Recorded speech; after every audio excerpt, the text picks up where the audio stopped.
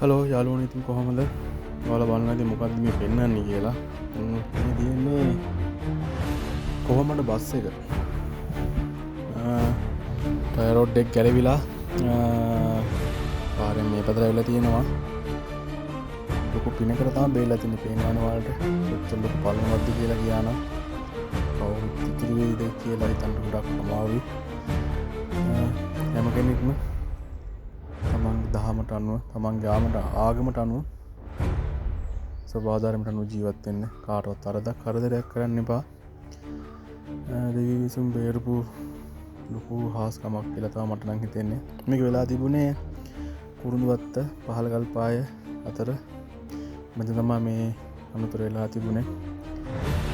ටෙවිල් මහත්තයලු බෙහෙත් දරන්න නැති මේ මඩ බේර ගන්න යට වැජ්ජා තමයි නතර වෙලා තියෙන්නේ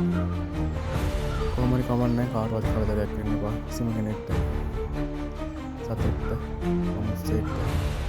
සුද්ධ ජීවිතයට පවා කරදරයක් වෙන්න එපා කියලා තමයි ප්‍රාර්ථනා කරන්න ඕනේ බොහොම ස්තුතියි නම් ඔයාලා අපිත් එක්ක රැඳිලා හිටියට පරිස්සමෙන් පාරේ යනකොට ඇවිදිනකොට මොන හරි දෙයක් කරනවා නම් හැම වෙලෙම පරිස්සමෙන් හැමෝටම උත්සාහ